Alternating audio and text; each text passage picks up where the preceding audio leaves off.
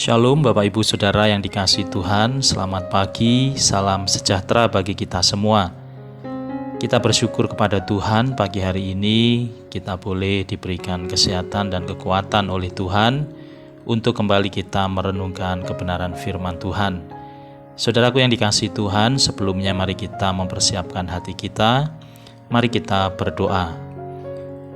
Bapa yang ada di dalam surga, Bapa yang kami kenal dan kami sembah di dalam nama Tuhan Yesus, Bapa yang sungguh mengasihi kehidupan kami bersyukur kepada Tuhan atas anugerah kehidupan, keselamatan yang Tuhan berikan kepada kami.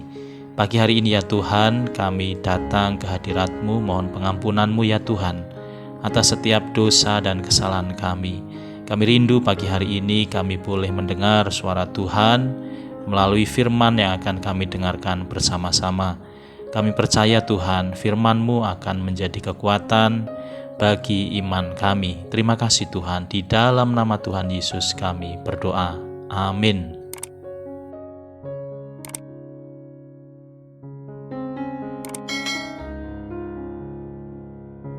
Saudara yang dikasihi Tuhan, pembacaan firman Tuhan kita pagi hari ini dari surat 1 Korintus pasal 10 ayat 13. Demikian firman Tuhan. Pencobaan-pencobaan yang kamu alami ialah pencobaan-pencobaan biasa yang tidak melebihi kekuatan manusia. Sebab Allah setia dan karena itu Ia tidak akan membiarkan kamu dicobai melampaui kekuatanmu. Pada waktu kamu dicobai, Ia akan memberikan kepadamu jalan keluar sehingga kamu dapat menanggungnya. Amin. Saudara yang dikasihi Tuhan, setiap orang pasti pernah mengalami pencobaan di dalam hidupnya. Bahkan ketika kita percaya Tuhan Yesus, bukan berarti kita terbebas dari segala bentuk penderitaan dan sakit penyakit.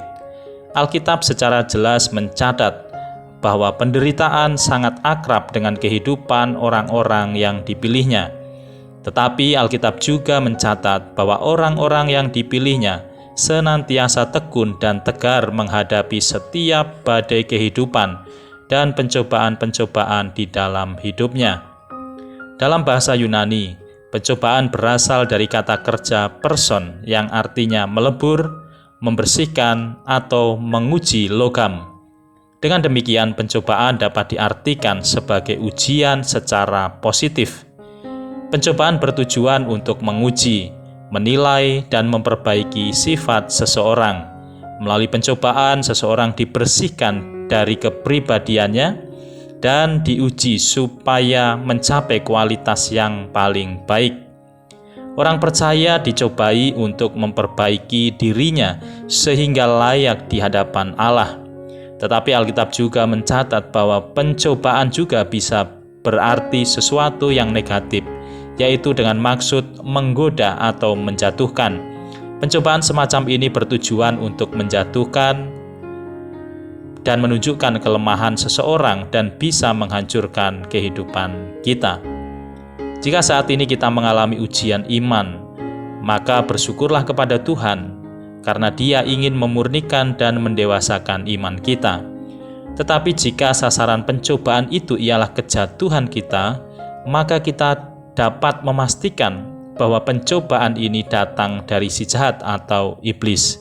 Dan iblis menggunakan celah di dalam diri kita berupa kepahitan hati, dendam, amarah, kesombongan, dan cinta uang untuk membawa kita jatuh ke dalam pencobaan. Inilah yang dikatakan di dalam Yakobus 1 ayat yang ke-14. Tetapi tiap-tiap orang dicobai oleh keinginannya sendiri, karena ia diseret dan dipikat olehnya. Saudara yang dikasihi Tuhan, ketika pencobaan datang di dalam kehidupan kita, janganlah kita menjadi takut, janganlah kita berputus asa, karena Tuhan akan memelihara dan menjaga kita. Dia akan melindungi dan menolong kita asalkan kita tetap teguh di dalam iman kepada Yesus Kristus. Allah bisa memakai pencobaan dari si jahat sebagai alat mendewasakan kita, dan Tuhan tidak pernah kehabisan cara untuk menolong kita. Kita percaya semua pencobaan ada dalam kendali Allah, dan Allah bisa memakai semua pencobaan sebagai sarana menyatakan tujuan Allah atas hidup kita. Ketika Allah menguji iman kita, kita bisa gagal atau berhasil. Demikian juga ketika iblis mencobai kita, kita pun dapat menang atau justru gagal. Semuanya tergantung bagaimana relasi kita dengan Tuhan. Saudara yang dikasihi Tuhan, ketika pencobaan datang, bahkan disertai dengan penderitaan atau kesusahan yang sangat berat, bahkan melalui sakit penyakit yang tidak kunjung sembuh, atau kebangkrutan dalam bisnis kita, atau mungkin kita mengalami pemutusan hubungan kerja, janganlah kita mempersalahkan Tuhan atau bahkan meninggalkan Tuhan karena apa yang kita alami dan terjadi di dalam hidup kita. Dan juga jangan kita lari kepada Tuhan yang lain. Jangan lari kepada dukun-dukun atau dewa-dewa berhala. Yang harus kita lakukan adalah datang kepada Tuhan Yesus yang hidup, dan mari kita bertanya apa maksud Tuhan di balik semua yang sedang kita alami. Dan biarlah kita diberikan hikmat dan kebijaksanaan dari Allah untuk kita dapat memahami kehendak-Nya di dalam hidup kita melalui setiap keadaan-keadaan yang kita alami. Amin. Saudaraku yang dikasihi Tuhan Yesus, mari kita berdoa. Bapa di dalam surga, terima kasih Tuhan untuk firman Tuhan yang boleh kami dengar pagi hari ini.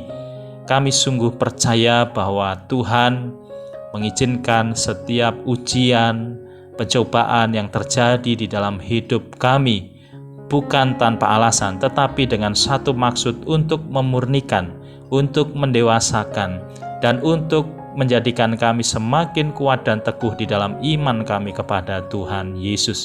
Terima kasih Tuhan, terus kuatkan dan teguhkanlah iman kami. Apapun yang kami alami, apapun yang akan terjadi dalam hidup kami hanya memandang kepada Tuhan.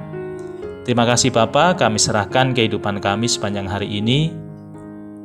Mohon hikmat dan pimpinan Tuhan di dalam hidup kami. Kami menyerahkan pekerjaan kami, pelayanan kami, tanggung jawab kami, dan juga setiap pergumulan-pergumulan kami. Biarlah apa yang akan kami kerjakan, Tuhan hadir di dalamnya dan Tuhan memberkati, sehingga apa yang kami lakukan semua layak memuliakan Tuhan dan bahkan menjadi berkat bagi keluarga kami, bagi diri kami, dan terlebih bagi orang lain. Demikian juga jika ada di antara kami yang sedang bergumul dengan berbagai pergumulan kehidupan kami, ya Tuhan, Engkau Allah yang Maha Tahu, dan kiranya dengan tangan kasih-Mu Engkau akan menolong setiap kami. Engkau melepaskan kami dari setiap pergumulan-pergumulan kami, dan Tuhanlah yang menjadi satu-satunya jawaban atas setiap pergumulan kami. Terima kasih Tuhan, kami serahkan waktu dan kehidupan kami mulai pagi hari ini dan sepanjang hari nanti. Kiranya Allah yang akan menopang hidup kami. Terima kasih Tuhan. Saudaraku yang dikasihi Tuhan, arahkanlah hatimu kepada Allah dan terimalah berkat Tuhan.